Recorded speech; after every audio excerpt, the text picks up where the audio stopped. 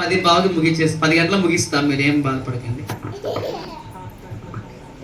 హల్లెలూయా. దేవునికి మహిమ కలుగునుగాక. మరి అయ్యగారికి అమ్మగారికి కూడా వచ్చిన దైవజనులకు నా హృదయపూర్వక వందనాలు చెల్లించుకుంటున్నాను.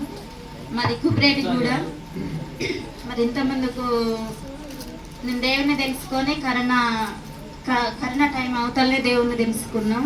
అంటే నాకు దేవుడు అంటే మొదటి నుంచి నా జ్ఞాపకం వచ్చిన కాడి నుంచి కూడా మేము దేవుడిని అంటేనే ఎక్కువ ఇష్టపడేదాన్ని. కానీ ఎప్పుడు కూడా ప్రార్థన పోలేదు. మేము చిన్నప్పుడు మాత్రం ప్రార్థన పోయినా. మరి అదే ప్రార్థన అట్టుంది ఈరోజు నన్ను నిలబెట్టింది. మరి ఏంటంటే నా సాక్ష్యం, నా కాళ్ళు బాగా ఆశినాయి, అసలు నడవలేని పరిస్థితి. 5 రోజులు అసలు నన్ను బ్రతికి అని ఏడిచిన. నేను ఇంట్లో పడుకో, నా భర్త బాగా ఏడ్చేటోడు ప్రార్థన చేసుకుంటా, నేను బాగా ఏడ్చిన. ఒక కాలు పోతే ఒక కాలు నడవలేని పరిస్థితి. ఎక్కడ పోయినా శాతబడి చేసిరంటారు. నేను కూడా చచ్చిపోయేదాన్ని. కానీ మా అయ్యగారు బలమైన ప్రార్థన చేయలేదు. అంటే ఆయన నన్ను కాదు అనకూడదు, కానీ మరి ఎందుకో మరి నాలో ఏమైనా తప్పు ఉందో ఏమో ప్రభు అని బాగా ఏడ్చేదాన్ని. అయినా కూడా తక్కువ కాలేదు. మా వదిన పేరు బుజ్జమ్మ. సొంతం నేను ఆమె మేనత్త బిడ్డ, నేను మేనమామ బిడ్డని.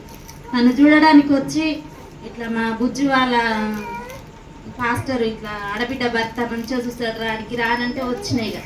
ఏది ఏమైనా ప్రభు అక్కడ మా దైవజనుడు ప్రార్థన చేయట్లేడు, ప్రభు నేనైతే వెళ్తున్నాను బాగా ఏడ్చుకుంటే ఇక వచ్చినాయి. గిడికి వచ్చినాక అయ్యగారు ఎంతో భారంతో ప్రార్థన చేసిండు. నాకు చాలా ఆనందం అనిపించింది. అమ్మగారు ఆపరేషన్ అయింది, చిన్న బాబు పుట్టిండు, అటుకు 3 రోజులు ఏమవుతుంది.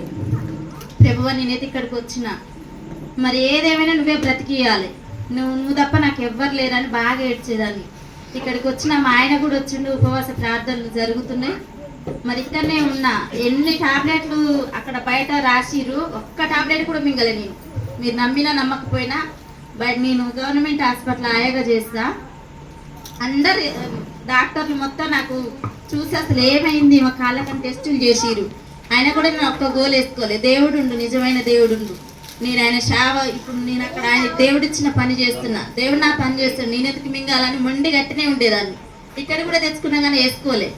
కానీ దైవదాసుడు ఎంతో ప్రార్థన భారం కలిగి చేసిండు. మరి నా కాళ్ళ నొప్పులన్నీ పోయినాక మళ్ళీ డ్యూటీకి పోయినా. అక్కడ పాము గరిచింది. అక్కడ పాము గరిస్తే కూడా అసలు అయ్యగారు వచ్చి ప్రేయర్ చేసిండు. ఒకటే అనుకుని ఎవ్వరికి ఫోన్ చేయలే. కరిచినాక ఒక పేషెంట్ చూసిండు. ఆయన మొత్తుకుంటుండు, మొత్తుకుంటుండు, పాము గరుస్తుంది అని మొత్తుకుంటుండు. మొత్తుకుంటుంటే నేను ఏమైంది నేను అంటాను, నీకే కరుస్తుందని తేలి కుగులు ఆడుతుంది తాసుబంబిల్ల. అట్లా కూడా దేవుడు అయ్యగారు వచ్చి ప్రార్థన చేసిండు, బతికిచ్చిండు. నాకు 3 సార్లు పాము గరిచిండు, దేవుడే బతికిచ్చిండు. ఇక్కడికి వచ్చినాక మాత్రం అయ్యగారి ద్వారా నేను చాలా అద్భుతాలు చూసిన. మరి ఎంతగానో అసలు దేవుడు ఇక్కడ కాపాడుతుండు. అందరికి కూడా అయ్యగారు ఎంతో ప్రార్థన చేస్తుండు. నన్ను మాత్రం బతికిచ్చింది, నిలబెట్టింది అయ్యగారు, దేవుడే. చిన్న సాక్ష్యం దేవుడు దీవించండి.